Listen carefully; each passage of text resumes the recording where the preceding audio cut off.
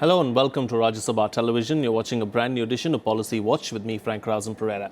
With the promise of rationalizing levies, including spectrum charges to rejuvenate the debt-ridden telecom sector, the draft new telecom policy proposes broadband access for all with 50 Mbps speed, 5G services and 40 lakh new jobs in the sector by 2022. The draft policy, branded as National Digital Communications Policy 2018, was unveiled by the government on Tuesday. It also aims to attract $100 billion in the digital communications sector by 2022 with the help of regulatory reforms. The draft also proposes to address woes of the sector by reviewing license fees, spectrum usage charges, Universal Service Obligation Fund levy, all of which add to cost of telecom services. On this edition of Policy Watch, we will take a closer look at the draft of the new telecom policy. Joining me on the program today are Ganapathy Subramaniam, Chief of Bureau, Puthiya, Thalaimurai, and Sadhana Dixit, telecom expert. She is also former member of the Telecom Commission. Thank you to both my guests for joining me on this edition of Policy Watch. Sadhana Dixit, I'd like to begin with you first, of course. What do you make of the draft of the new telecom policy? The telecom policy, the draft that has been put out, I think it's come at a very right time.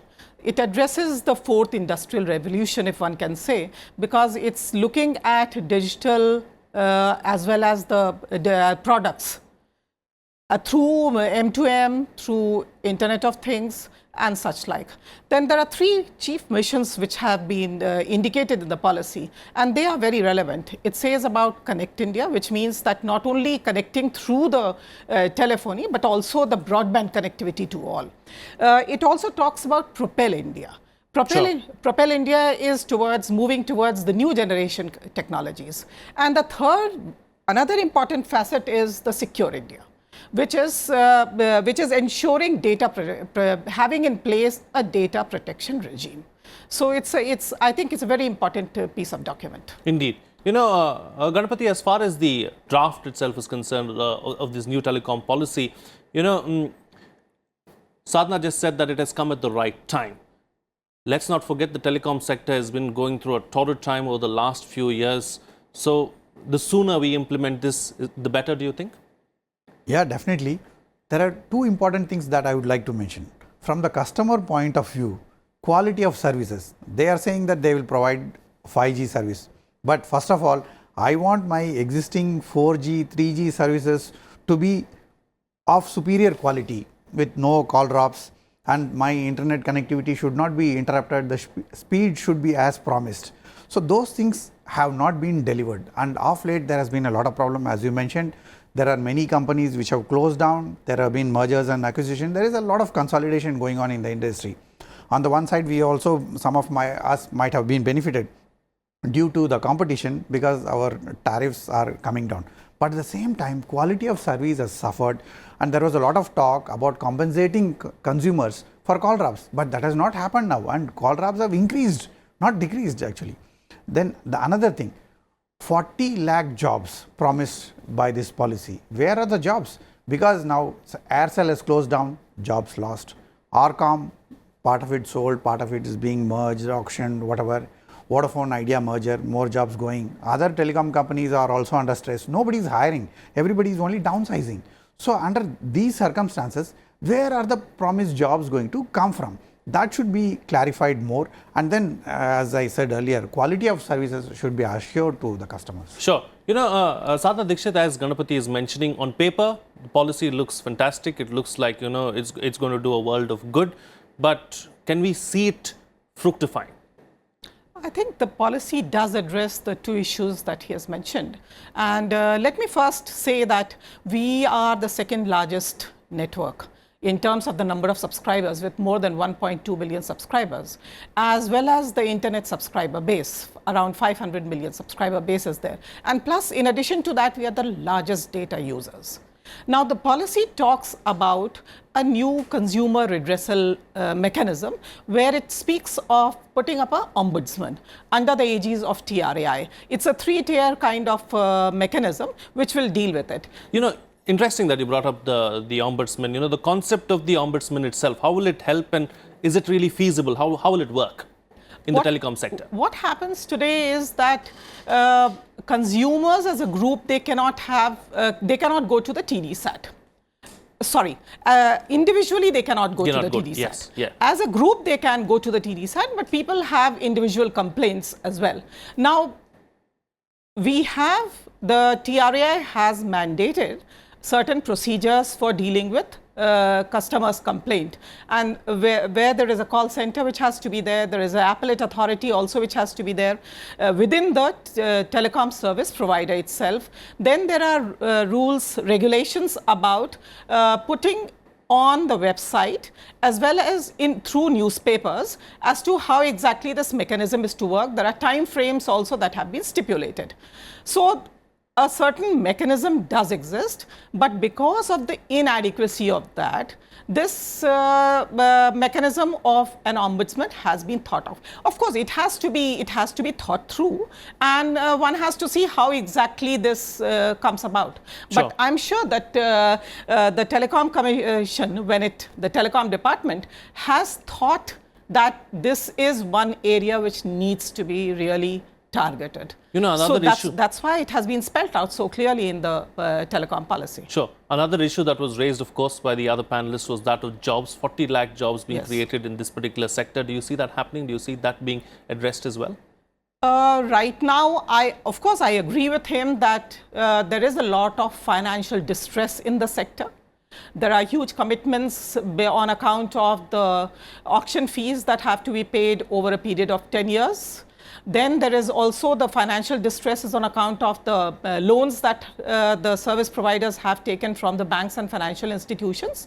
But having said that, I would say that, you see, what is going to happen is with the new kind of technology that is going to come, the jobs that are going out today, different kind of jobs are going to take place.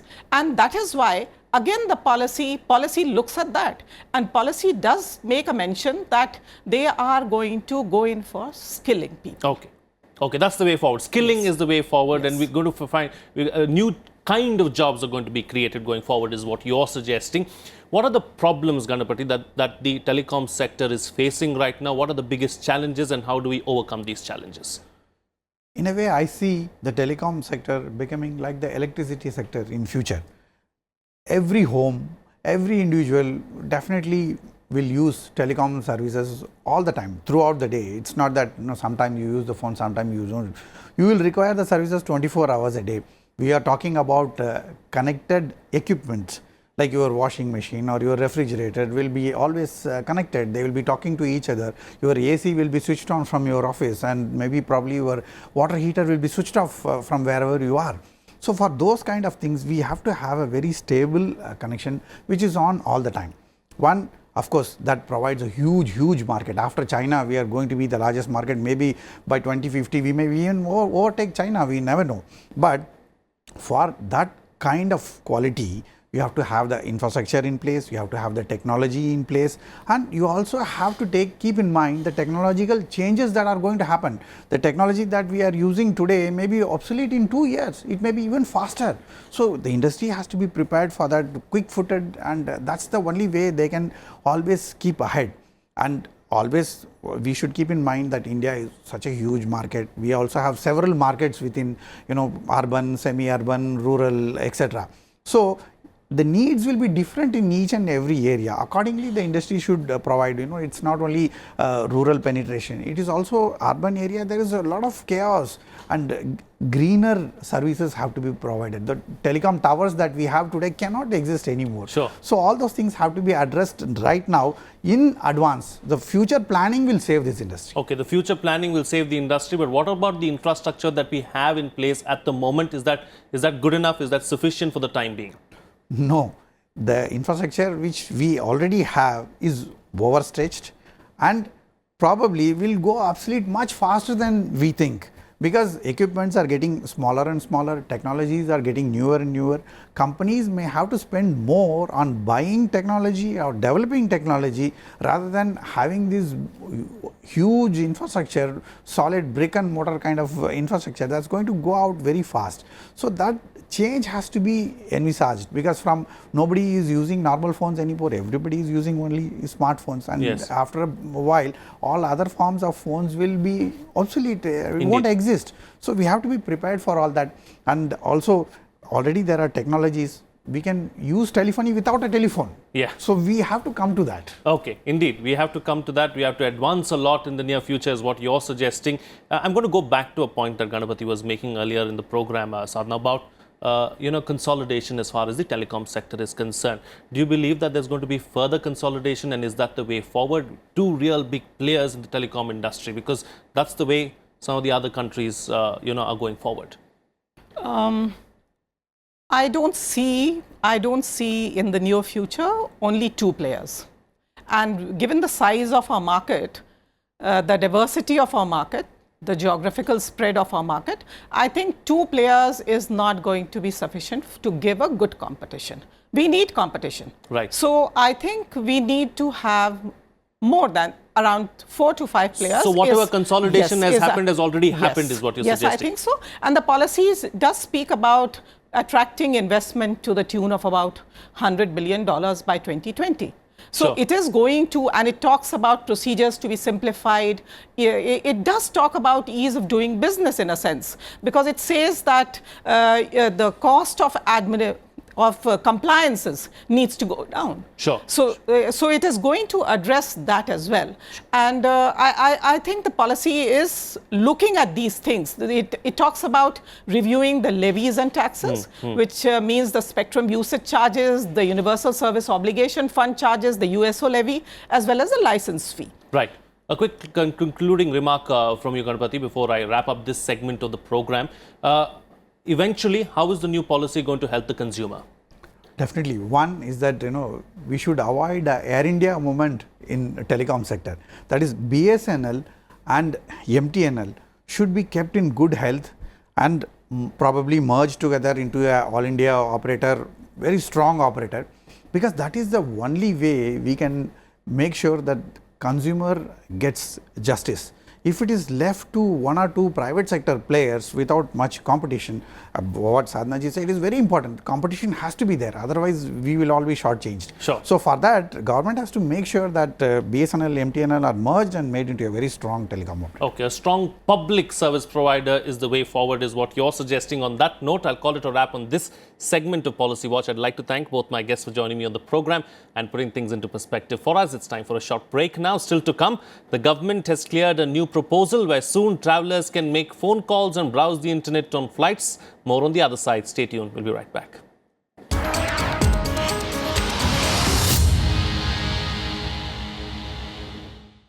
Welcome back. You're watching Policy Watch with me, Rausan Pereira.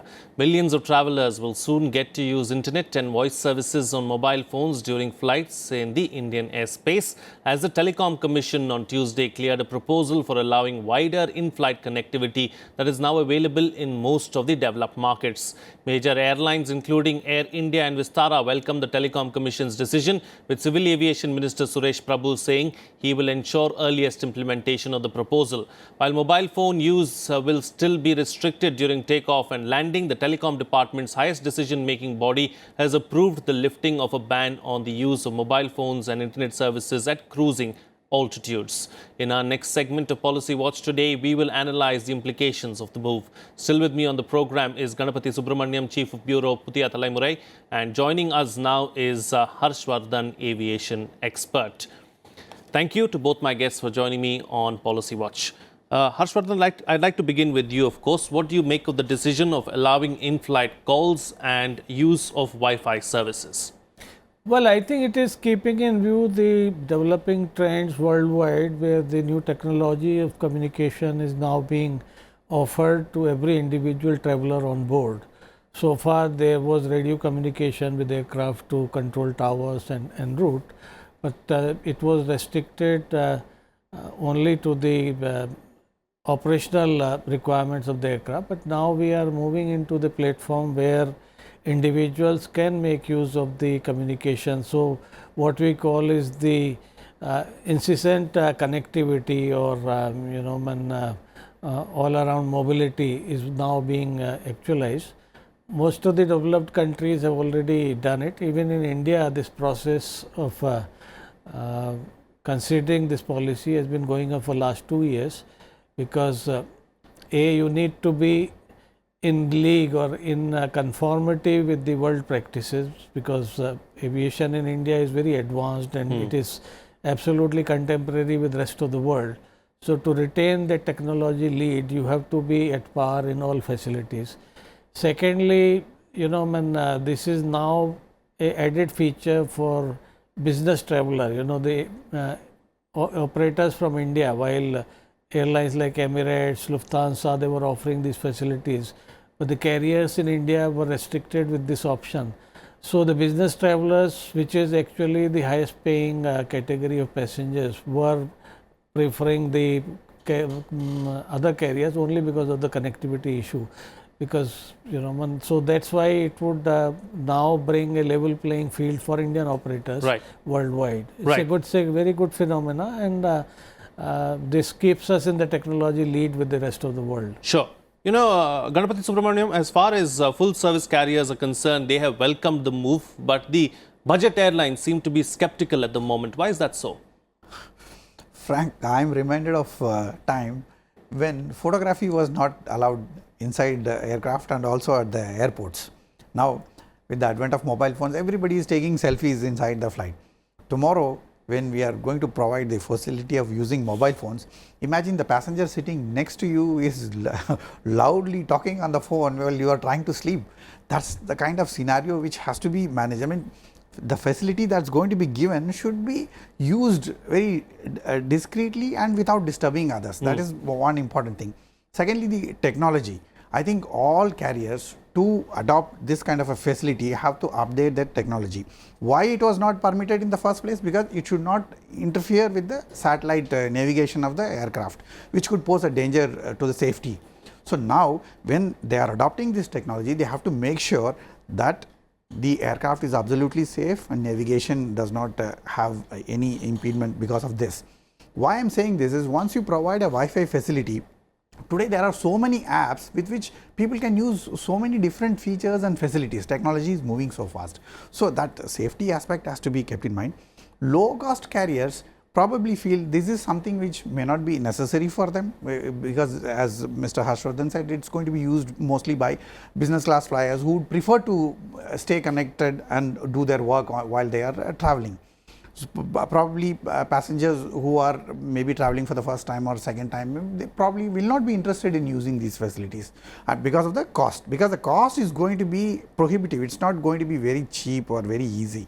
So, that is why low cost carrier probably are opposing it, but that may not continue for some time. Once one carrier uses it, another carrier starts providing that facility, it may become a USP and it may become an advantage. So, it will, over a period of time, I think it will change. Sure. What is the kind of infrastructure that we need to have in place to go ahead with these services, Harshvardhan? Can we do it with the existing infrastructure?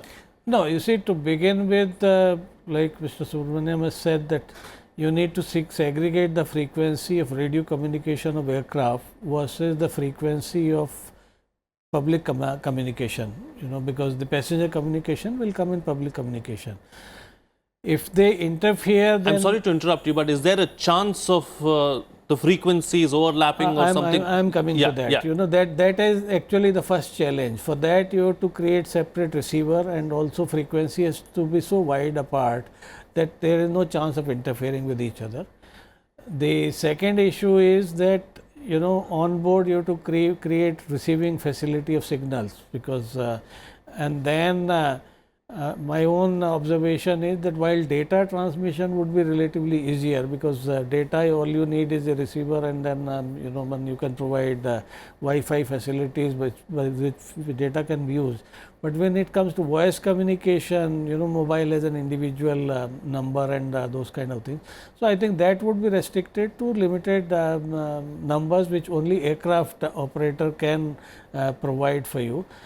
Using it as your own mobile would take little time, because for that you need a lot more adjustment on the reception side or the transmission side. So that would take time. Right now, some of the aircraft which have been procured recently and which are fitted with these devices, they because it has to be individual seat connectivity, so there has to be modification. But some of the modern aircrafts are already fitted, so you don't remove them. So those aircrafts you can start instantly, but most of the fleet which we have here in India has to be provided with these modifications, and each modification would involve a reasonable amount of cost as well as time. Sure. And what is the cost implications for the airlines as far as this particular move is concerned, Ganapathy? Definitely, infrastructure as well as technology, hardware and software, both have to be upgraded for this purpose. And airlines is a technology intensive sector. So therefore, definitely there will be a cost, and initially it will be a high cost. Later on it might come down, but initially it will be high cost. So therefore, even if this facility is introduced in the near future, the cost is going to be high. Like for example, I had seen some of these handsets in foreign carriers many years ago, but the cost was so high that hardly anybody would use it. So I think those technologies are changing now, and at an affordable cost, probably a business class travel would happily use it. Others might also use it. But then at the beginning, it is going to be cost intensive for the airline and also prohibitive cost for the consumer. Sure. And Harshvardhan, as far as the law is concerned, what does the law state about using mobile phones and Wi-Fi while flying? See, currently you cannot use the Wi-Fi. You can only use electronic equipments on board which does not require external linkage. So currently, because it may interfere with the radio frequencies, that is why, if you remember, anytime so will the laws have to be amended? Now I think in the light of the recent decision, that modification in terms of law would already come in, and the operators and the ATC would be provided guidelines by Telecom department that what kind of frequencies are available, because you have to segregate full frequencies. And then first phase, not only the aircraft modification would take place, even the testing would require, because it should not interfere. But coming to the cost factor, initially, as all of us have seen how mobile started with the 30 rupees per minute situation to virtually free of cost communication.